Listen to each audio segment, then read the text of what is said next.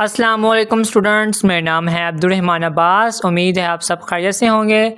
आज का हमारा लेक्चर है केमिस्ट्री के हवाले से। तो लेक्चर स्टार्ट करने से पहले मेरी आपसे एक छोटी सी रिक्वेस्ट है कि मेरे यूट्यूब चैनल को सब्सक्राइब कर दें, इस वीडियो को लाइक कर दें और अपने फ्रेंड्स के साथ, क्लास फेलोज़ के साथ शेयर कर दें।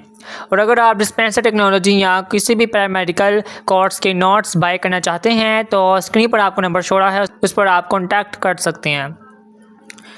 जी, तो आज का जो हमारा लेक्चर है वो है कंपाउंड्स के बारे में। तो ये कोई रॉकेट साइंस नहीं है, ये बहुत ही आसान है। जैसे हम किचन में कोई नई डिश बनाना सीख रहे होते हैं तो वैसे ही ये भी है। और आज हम आपके साथ केमिस्ट्री की मज़ेदार डिश बनाते हैं। तो जी, कंपाउंड क्या है? सबसे पहले किताब की जो डेफिनेशन लिखी हुई है उसको हम रीड कर लेते हैं, फिर आपको मैं आसान अल्फाज में समझाता हूँ। जी, तो आपकी जो बुक है उसमें लिखा हुआ है compound is a substance made up of two or more elements chemically combined together in a fixed ratio by mass. जी, तो इस जो डेफिनेशन है इसको हम कुछ सेगमेंट्स में डिवाइड करते हैं। सबसे पहले आपने फोकस करना है, यहाँ लिखा हुआ है टू और मोर एलिमेंट्स, यानी कि आपको याद होगा कि एलिमेंट्स क्या होते हैं, जैसे कि हाइड्रोजन, ऑक्सीजन, कार्बन। तो कंपाउंड बनाने के लिए हमें कम अज़ कम दो मुख्तलिफ़ किस्म के एलिमेंट्स चाहिए होते हैं। वो एलिमेंट्स कोई भी हो सकते हैं, ऑक्सीजन भी हो सकता है, कार्बन भी हो सकता है और हाइड्रोजन भी हो सकता है। जी, तो आगे लिखा है केमिकली कंबाइंड टुगेदर। ये सबसे अहम हिस्सा है कि केमिकली तौर पर, केमियाई तौर पर मिले हों। का मतलब ये है कि एलिमेंट्स एक दूसरे के साथ एक बहुत मजबूत दोस्ती का रिश्ता बना लेते हैं और जिसे हम केमिकल बॉन्ड कहते हैं। ठीक हो गया? यानी कि एलिमेंट्स जो हैं वो दो भी हो सकते हैं और दो से ज़्यादा भी हो सकते हैं और वो केमिकली तौर पर कंबाइन हो, बॉन्ड बना लें, तो उसको हम कहते हैं केमिकली बॉन्ड। ठीक है, उसको हम कंपाउंड कहते हैं। अब यहाँ आप ज़रा सोचें कि अगर आप एक प्लेट में टमाटर और खीरे काट कर डाल दें तो ये एक मिक्सचर है। ठीक है, तो आप इससे आसानी से टमाटर और खीरा अलग अलग निकाल सकते हैं। लेकिन अगर आप अंडे और चीनी मिलाकर केक बना लें तो क्या आप पके हुए केक से अंडा या आटा वापस निकाल सकते हैं? तो जी नहीं, क्योंकि वह सब कीमियाई तौर पर, केमिकली तौर पर मिलकर एक बिल्कुल नई चीज़ बना चुके हैं, वो केक बना चुके हैं। ठीक हो गया? तो बस फ़र्क यही है कि जो कंपाउंड में जो एलिमेंट्स होते हैं वो केमिकली तौर पर मिलकर एक बहुत ही अच्छी न्यू कंपाउंड बना देते हैं। अपनी पुरानी जो साख्त है उनकी, ठीक है ना, जो पुरानी उनकी आइडेंटिटी होती है वो खो देते हैं और एक नई एक नई आपको चीज़ बना कर देते हैं। ठीक हो गया? तो ये है कंपाउंड। अब फिक्स्ड रेशो बाय मास, इसका मतलब क्या है? इसका मतलब ये है कि कंपाउंड बनाने की एक रेसिपी होती है। ठीक हो गया? अब अपनी मर्ज़ी से चीज़ें कम ज़्यादा नहीं कर सकते। जैसे आपने चाय बनानी है या अगर आपने कोई एक खाना बनाना है तो उसकी एक रेसिपी होती है कि इसमें इतनी चीज़ आपने नमक डालना है, इतना आपने मसाले डालने हैं, इतना आपने ये डालना है। तो ये भी, इसकी भी एक रेसिपी होती है। आपने उस मकदार में फिक्स्ड रेशो में आपने जो केमिकल्स हैं उनको मिलाना है, देन ही आपको एक कंपाउंड जो है, एक गुड कंपाउंड आपको मिलेगा। ठीक है, तो आपको यहाँ मिसाल में दे सकता हूँ कि जो पानी है जो कि एक कंपाउंड है, ठीक है, इसका फार्मूला हमेशा क्या रहता है? H2O ही होता है इसका फार्मूला। यानी इसमें हमेशा दो हाइड्रोजन एटम होते हैं और एक ऑक्सीजन एटम होता है। अगर आप इसको H3O कर लें, यानी कि आप H के 3 कंपाउंड ले लें, तो आप इसको पानी नहीं कह सकेंगे, ये कोई और चीज़ बन जाएगी। ठीक है, तो जब अगर हमने पानी बनाना है तो H2 दो हाइड्रोजन के एटम और ऑक्सीजन का एक जो है एलिमेंट है, यही होगा, तभी ही पानी बनेगा। ठीक हो गया? तो ऐसे ही उम्मीद आपको समझ आ गई होगी कि जो फिक्स्ड रेशियो होती है हाइड्रोजन ऑक्सीजन का, जो रेशियो होती है वो 1:8 होता है। यानी अगर 8 ग्राम पानी है तो उसमें 1 ग्राम हाइड्रोजन और 8 ग्राम ऑक्सीजन होगी।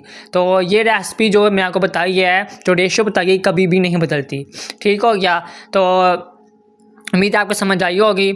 जी, तो आगे लिखा हुआ है प्रॉपर्टीज़ ऑफ कंपाउंड।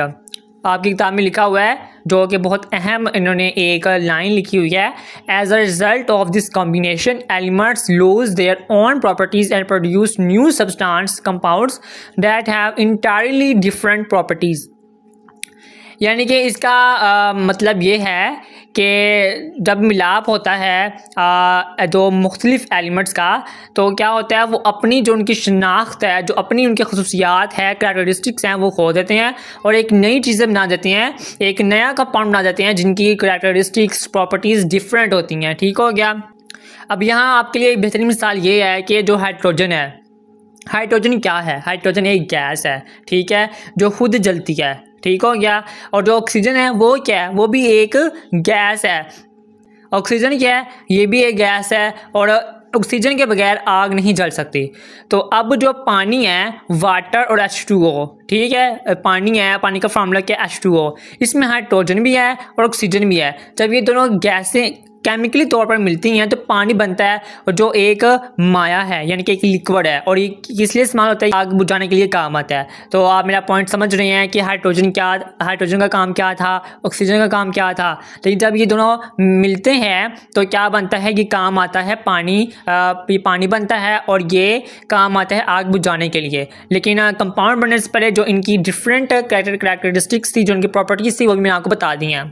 तो आपने देखा होगा जादू कि दो जलने और जलाने वाली गैसों ने मिलकर आग बुझाने वाली चीज़ बना दी है, और यही कंपाउंड की खासियत है कि इसकी खसूसियात अपने बनाने वाले एलिमेंट से बिल्कुल मुख्तलिफ होती हैं। आपने यहाँ याद रखना है कि जो कंपाउंड्स हैं उनको आम प्रॉपर्टीज़ तरीक़ों से, आम तबई तरीक़ों से इनके एलिमेंट्स में वापस नहीं तोड़ा जा सकता। यानी आप फिल्टर करके पानी से हाइड्रोजन अलग नहीं कर सकते। इसके लिए केमिकली अमल यानी कि इलेक्ट्रोलाइसिस की ज़रूरत होती है, और वो हम आगे जाके पढ़ेंगे। जी, तो आगे लिखा हुआ है क्लासिफिकेशन ऑफ कंपाउंड्स। अब जो कंपाउंड्स हैं इनकी दो बड़ी किस्में हैं, एक होती हैं आयोनिक कंपाउंड्स, एक होते हैं कोवलेंट कंपाउंड्स। अब आयोनिक कंपाउंड्स क्या होते हैं, हम पढ़ते हैं। आयोनिक कंपाउंड्स क्या होते हैं? आयोनिक कंपाउंड्स जो होते हैं ये आज़ाद मॉलिक्यूल्स की शक्ल में नहीं पाए जाते।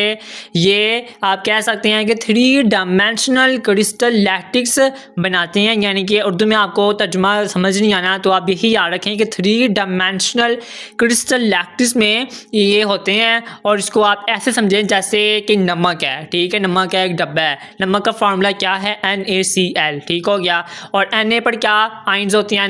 Na पॉजिटिव होता है, Na पर पॉजिटिव आइंस होते हैं, और जो Cl है, Cl पर नेगेटिव आइंस होती हैं।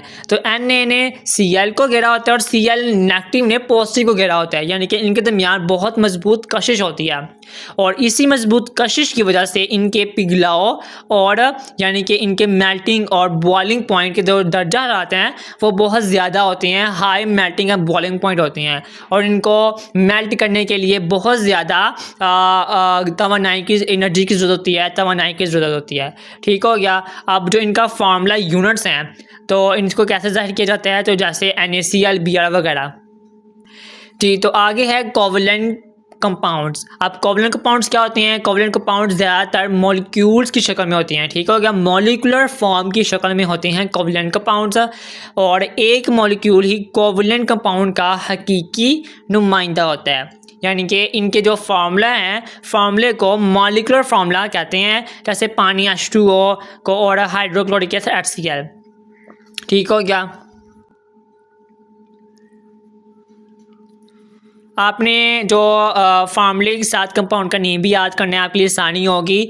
जैसे पानी का जो फार्मूला है वो है H2O, सोडियम का फार्मूला है NaCl, और silicon dioxide SiO2, sodium hydroxide NaOH, और कैल्शियम ऑक्साइड CaO।